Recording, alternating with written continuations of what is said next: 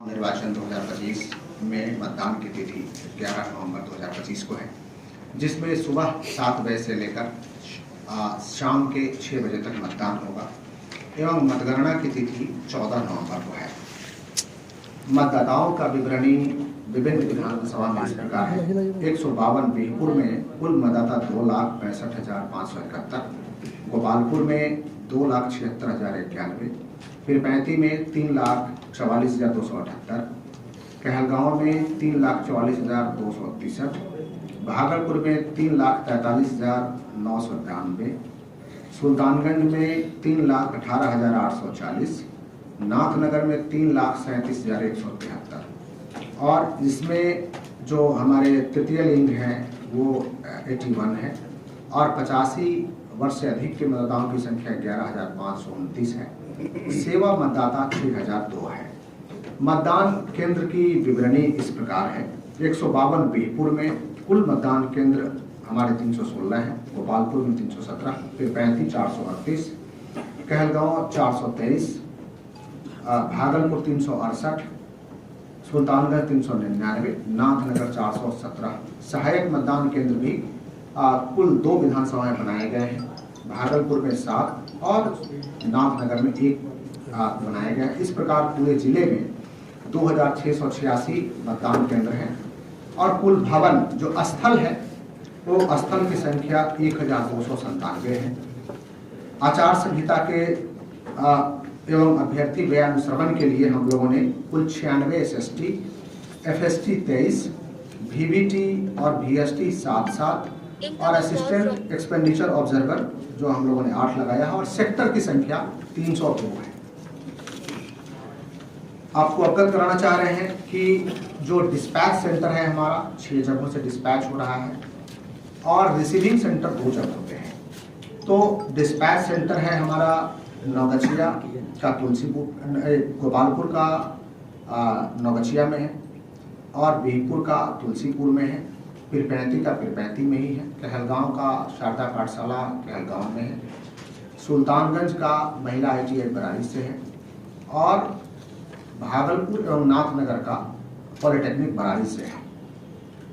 आज 9 नवंबर है और इसमें शाम के 6 बजे सभी चुनाव प्रचार 6 बजे के उपरांत बंद कर दिए गए हैं और कोई भी अभ्यर्थी चुनाव प्रचार नहीं करेंगे।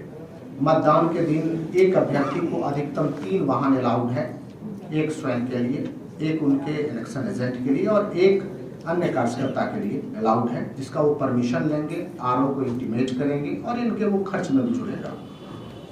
कोई भी अभ्यर्थी जो हमारा मतदान केंद्र है उसके 100 मीटर के बाहर ही अपना इलेक्शन के दिन अपना वो सहायता के लिए केंद्र बना सकते हैं, लेकिन उस सहायता केंद्र में किसी का कोई प्रचार प्रसार का, किसी का पोस्टर, किसी को कोई स्लिप देना, ये सब नहीं कर सकते हैं, क्योंकि वो भी एक प्रचार प्रसार का भाग है, जो कि प्रचार प्रसार आज शाम 6 बजे के बाद से बंद हो गया है। EVM जब हम सील करेंगे हमारे प्रिजाइडिंग, उस EVM सीलिंग के समय में जो कैंडिडेट, जो पोलिंग एजेंट हैं उपस्थित, वो अपना सील भी उस समय लगा सकते हैं।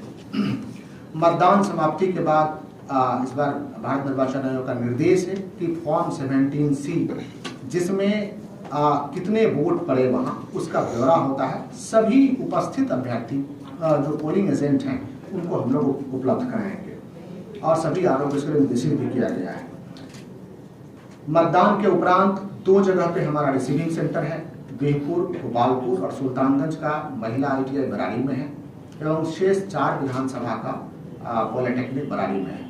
काउंटिंग भी हमारा 2 जगहों पे होगा, गोपालपुर, बिहपुर और सुल्तानगंज की काउंटिंग महिला ITI बरारी में और शेष 4 विधानसभा की काउंटिंग पॉलिटेक्निक बरारी में होगा। काउंटिंग के लिए भारत निर्वाचन आयोग के निर्देशानुसार जो टेबल है 14 टेबल है और उसके साथ RO का टेबल लगा होता है। 14 टेबल पे मतगणना होगी।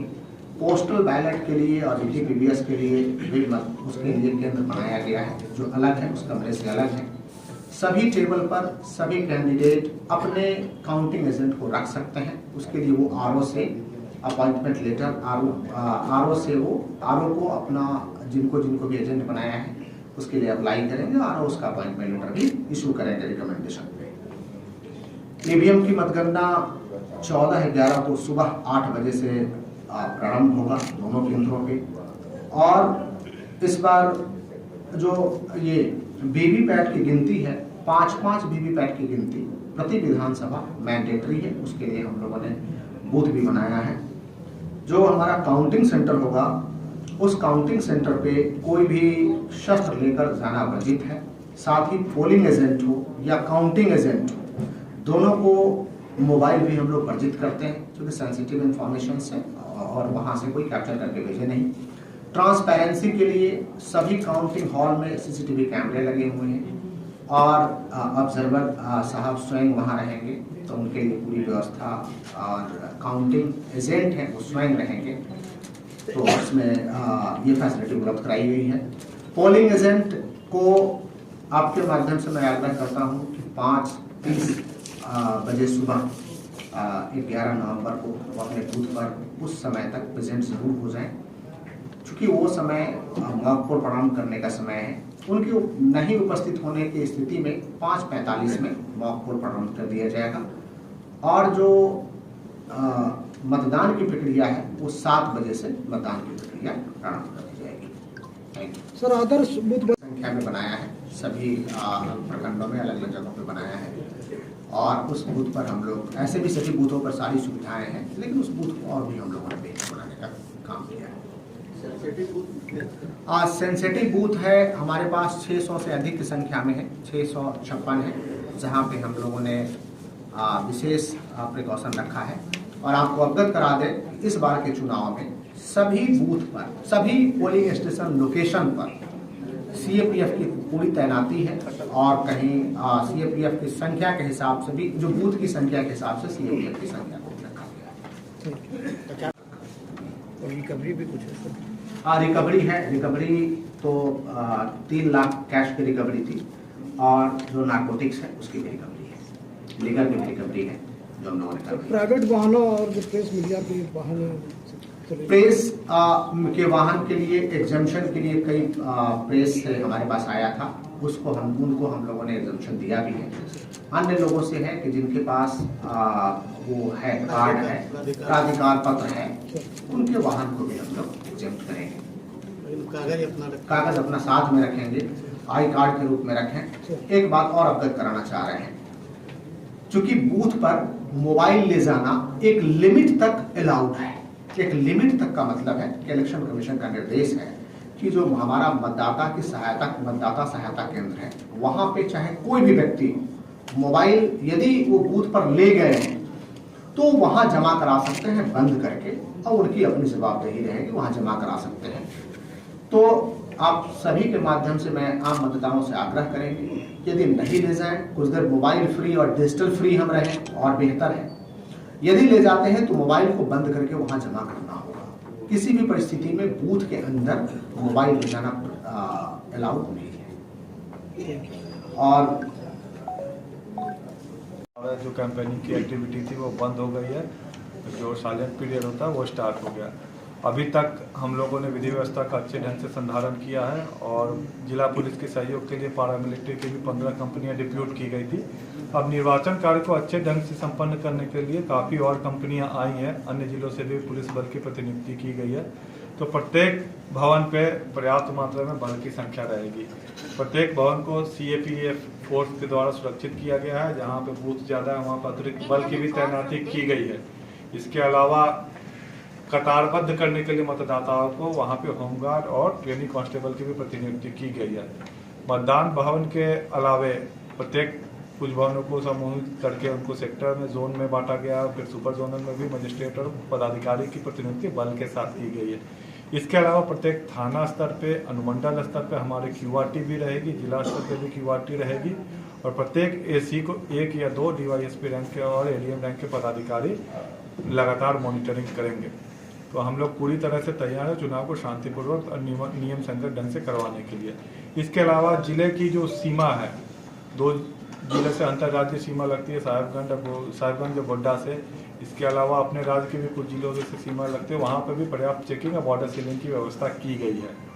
आज के बाद से जिले के में अन्य जिलों या अन्य राज्य से आए हुए व्यक्तियों को वापस अपनी जगह पे जिला छोड़ देने के लिए निर्देशित किया गया है। इसके लिए सघन चेकिंग चलवाया जाएगा आज शाम से प्रत्येक होटल, धर्मशाला, सराया या वैसे सभी स्थानों जहाँ पे लोग किराया दे के रहते हैं। बाहर जिले की गाड़ियाँ, जैसे भागलपुर की गाड़ी का क्रमांक BR10 से शुरू होता है, उसके अलावा जो बाहर जिले की गाड़ियाँ जो भी दिखती है चेकिंग के दौरान, उसका भी सघन चेकिंग करने का निर्देश दिया गया है ताकि ये सुनिश्चित किया जा सके कि उसके जो ड्राइवर हैं, ओनर है, वो अन्य जिले के या यहाँ के जिले वासियों नहीं बाहर में रजिस्ट्रेशन करा के रखा है। यदि बाहर की गाड़ियाँ हैं लोग उसके बाहर के, तो उसको भी हम लोग बाहर करेंगे। इसके अलावा सघन पेट्रोलिंग और गश्ती भी हम लोगों की जारी रहेगी। मुझे पूरा भरोसा है कि हम लोग शांतिपूर्वक ढंग से मतदान करा सकेंगे। इसके अलावा आपके माध्यम से मैं लोगों को यही कहना चाहूँगा कि जैसा DM साहब ने भी बताया कि मतदान केंद्र पे मोबाइल फ़ोन वर्जित है। मोबाइल फ़ोन लेके कोई भी मतदान करने के लिए नहीं है। अंदर के कंपार्टमेंट में मोबाइल फ़ोन अलाउड नहीं है। यदि आप वहाँ बूथ तक लेके पहुँच जाते हैं तो मोबाइल फ़ोन जमा करने के लिए व्यवस्था की गई है, उसको आप लोग उपयोग करें। वोट देने के बाद वापस मोबाइल लेके आप अपने घर को जा सकते हैं।